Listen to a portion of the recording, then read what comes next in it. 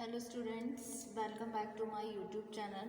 A very good morning to all of you. In today's video lecture, we are discussing about accounting concept of depreciation and depreciation accounting. ठीक है, previous वाले video lecture में हम जो आपका subject है principles of accounting, उसमें हमने AS6 के बारे में जाना था। अकाउंटिंग स्टैंडर्ड 6 के अंडर आपका डेप्रिसिएशन अकाउंटिंग आता है, जिसमें हम डेप्रिसिएशन के बारे में डिस्कस कर चुके थे कि डेप्रिसिएशन क्या है, उसके कॉन्सेप्ट के बारे में पढ़ा था। डेप्रिसिएशन का मतलब क्या होता है कि किसी टेंजिबल फिक्स असेट की वैल्यू में फॉल होना। क्योंकि फॉल क्यों हुआ? क्योंकि हमने इसका यूज़ कर लिया टाइम के साथ और ड्यू टू ऑब्सोलेंस और एक्सीडेंट। ठीक है, तो accounting concept of depreciation and depreciation accounting में क्या है, जो अकाउंटिंग कॉन्सेप्ट है डेप्रिसिएशन का, उसका मतलब होता है allocation of depreciable value of fix asset. मतलब क्या है अकाउंटिंग कॉन्सेप्ट ऑफ डेप्रिसिएशन का मतलब होता है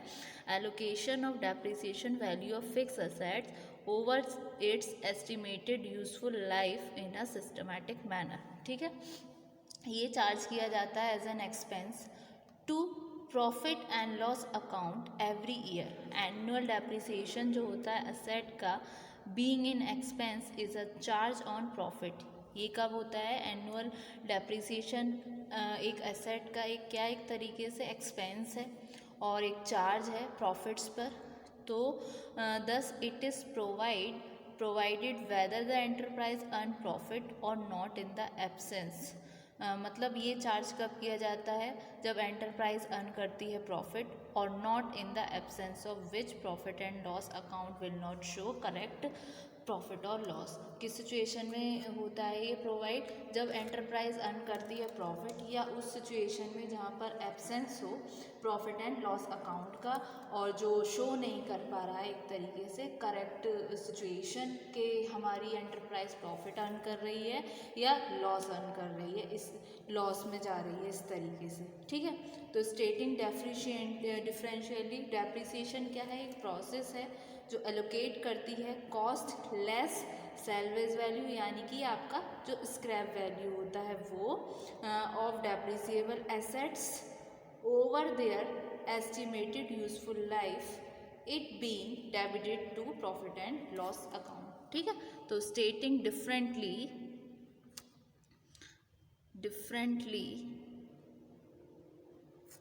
depreciation is a process of allocating the costless salvage value, यानी कि जो आपकी स्क्रैप वैल्यू होती है वो scrap value of depreciable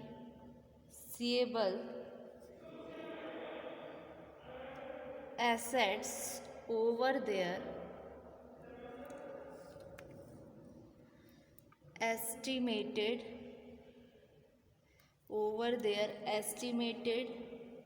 useful life,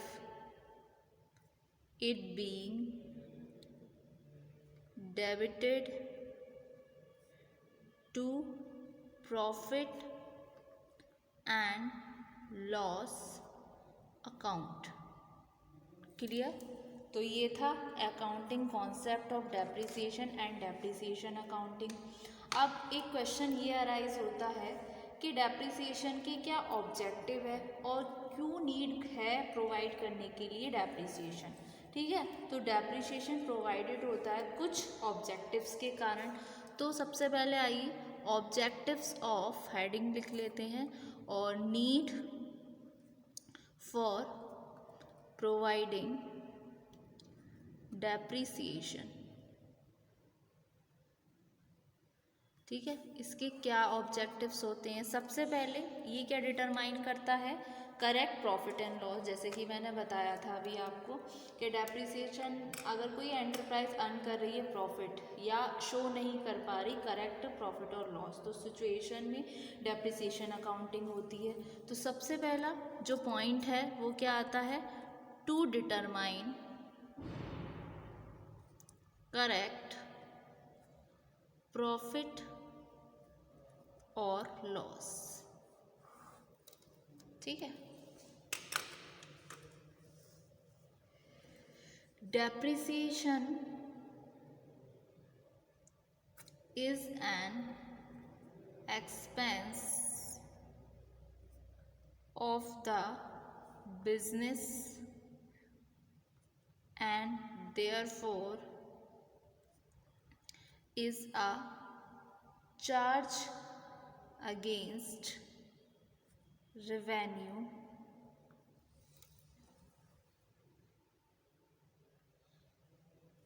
if it is not accounted as an expense. Profit and loss account for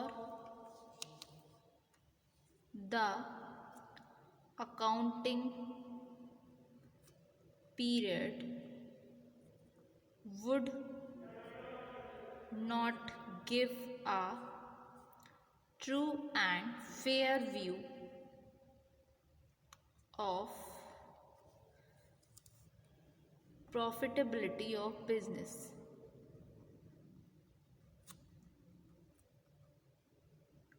next आता है आपका to show true and fair view of financial position.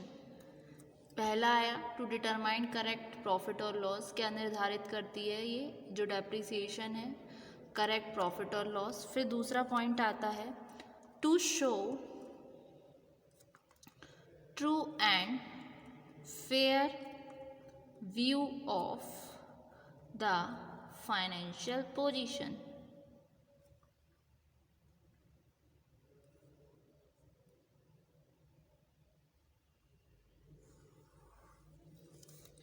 Depreciation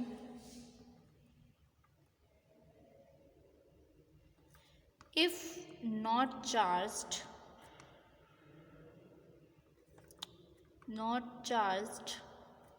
would result in assets being stated at a higher value. मतलब अगर depreciation charge नहीं किया गया तो इसके रिज़ल्ट में क्या आएगा, एसेट की बहुत ज़्यादा हायर वैल्यू हो जाएगी और उसका इसके रिज़ल्ट में क्या होगा, जो पोजीशन स्टेटमेंट है यानी कि जो बैलेंस शीट है वो एक ट्रू एंड फेयर व्यू नहीं देगी फाइनेंशियल पोजीशन के रिगार्डिंग। ठीक है, तो ये क्या करता है, जो डेप्रिसिएशन की नीड होती है वो क्यों है कि ये शो करता है true and fair view of the financial position. ठीक है, तो as a result of this position statement यानी कि जो आपका बैलेंस शीट है would not present a true and fair view of the financial position। Next आता है आपका to show true and fair view of the financial position. फिर आता है आपका नेक्स्ट, ये क्या करती है, ये डिटरमाइन करती है कॉस्ट ऑफ प्रोडक्शन को। जो डेप्रिसिएशन है वो डिटरमाइन करेगा कॉस्ट ऑफ प्रोडक्शन को। अगर डेप्रिसिएशन को कंसीडरेशन में लिया जाए कैलकुलेट करने के लिए कॉस्ट प्रोडक्शन में, ठीक है, depreciation is taken into consideration for calculating the cost of production. अगर इसको नहीं लिया जाए तो कॉस्ट ऑफ प्रोडक्शन जो है वो लोअर हो जाएगी अमाउंट ऑफ डेप्रिसिएशन के कारण। तो ये क्या करती है, डिटरमाइन करती है कॉस्ट ऑफ प्रोडक्शन को। ठीक है, तो depreciation is taken into consideration for calculating the cost of production if it is not taken into account. Cost of production will be lower by the amount of depreciation. ठीक है, फिर next आता है, ये क्या प्रोवाइड करता है, ये प्रोवाइड करता है, कंप्लाई करता है लीगल प्रोविज़न के साथ. ठीक है, कैसे, ये नेसेसरी है कि चार्ज किया जाए डेप्रिसिएशन हमारे कंपनीज एक्ट में और इनकम टैक्स एक्ट में. तो to comply with legal provisions, तो it is necessary to charge depreciation to comply with the provisions of the Companies Act and the income tax act. ठीक है, तो ये रहा आपका accounting concept of depreciation and depreciation accounting. फिर क्या objects और नीड होते हैं प्रोवाइड करने के डेप्रिसिएशन. ठीक है, तो होप्स स्टूडेंट आज के वीडियो लेक्चर में आपको ये कॉन्सेप्ट समझ आया. Thank you so much.